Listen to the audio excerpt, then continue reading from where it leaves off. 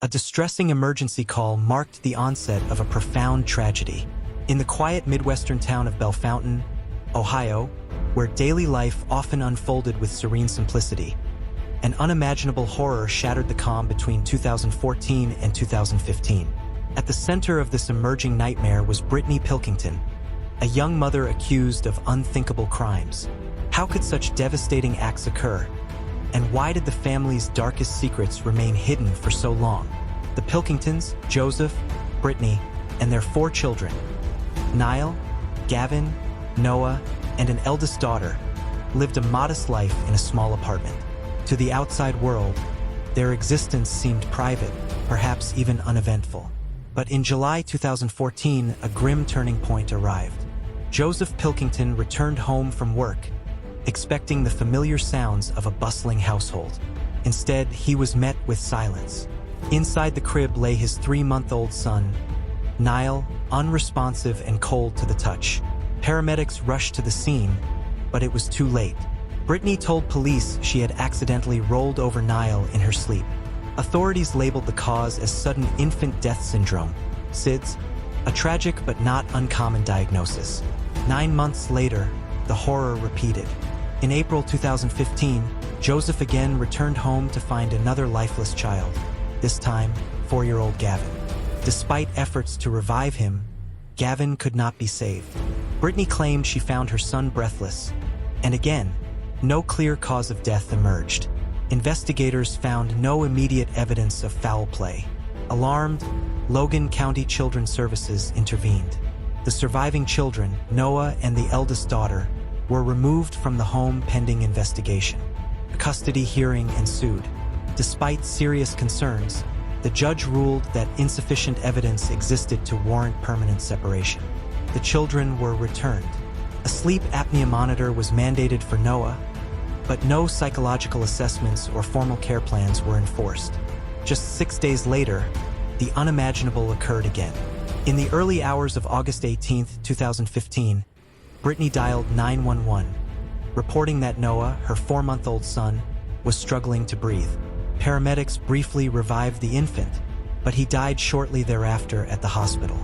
With the deaths of 3 young boys within a 13-month span, a chilling pattern was undeniable, and the once sympathetic narrative of tragic coincidence gave way to horror.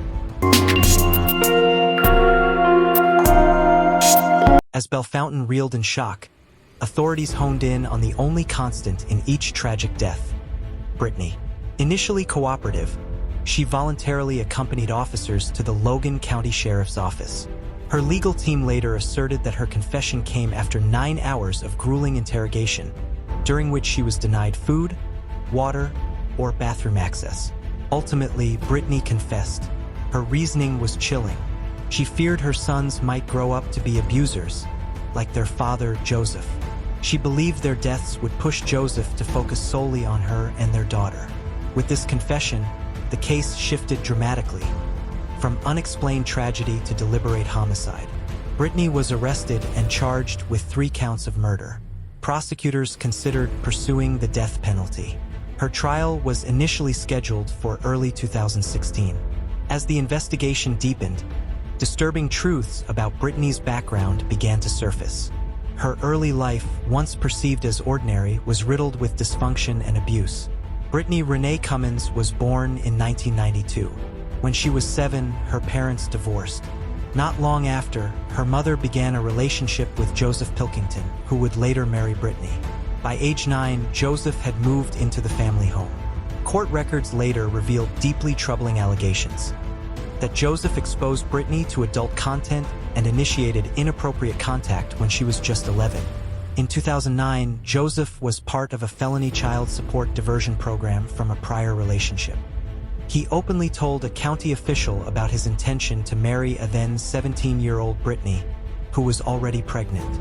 Despite the red flags, prosecutors declined to pursue sexual battery charges due to her age proximity to 18 and their forthcoming marriage. Efforts by Brittany's biological father to alert authorities had been fruitless. Both Brittany and her mother reportedly declined to cooperate with any investigation. Detectives later learned that Brittany had endured severe physical abuse at the hands of her biological father.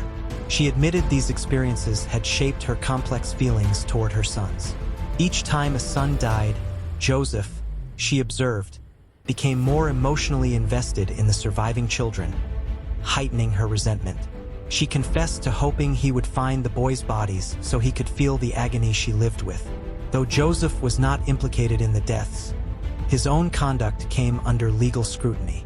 In 2016, 10 months after Brittany's arrest, he was charged with sexual battery due to his relationship with her while he was legally considered her guardian. 6 years after the alleged abuse began, Joseph was arrested and later accepted a plea deal, reducing the charge to a misdemeanor. He was fined, sentenced to time served, and required to register as a sex offender for 15 years. Joseph denied the more severe accusations, maintaining that he was never Brittany's legal guardian and only helped her mother during difficult times. He admitted their relationship began when she was underage, but framed it as consensual. In interviews, he spoke with emotion about the children he lost, their love of dinosaurs and bedtime stories, and blamed the child welfare system for failing to prevent the third death.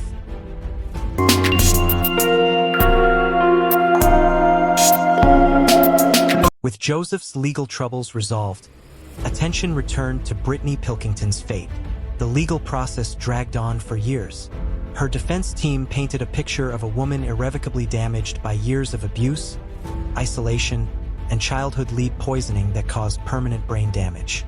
They argued that her confessions were coerced under duress and did not reflect a sound mental state. Prosecutors offered a different view.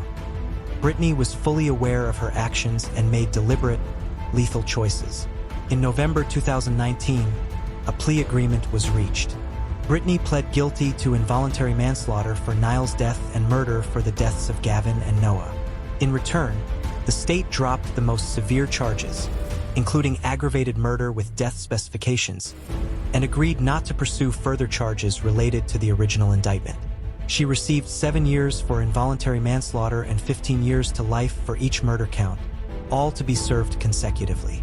With credit for over 1,500 days of time served, Brittany faced a minimum sentence of 37 years to life.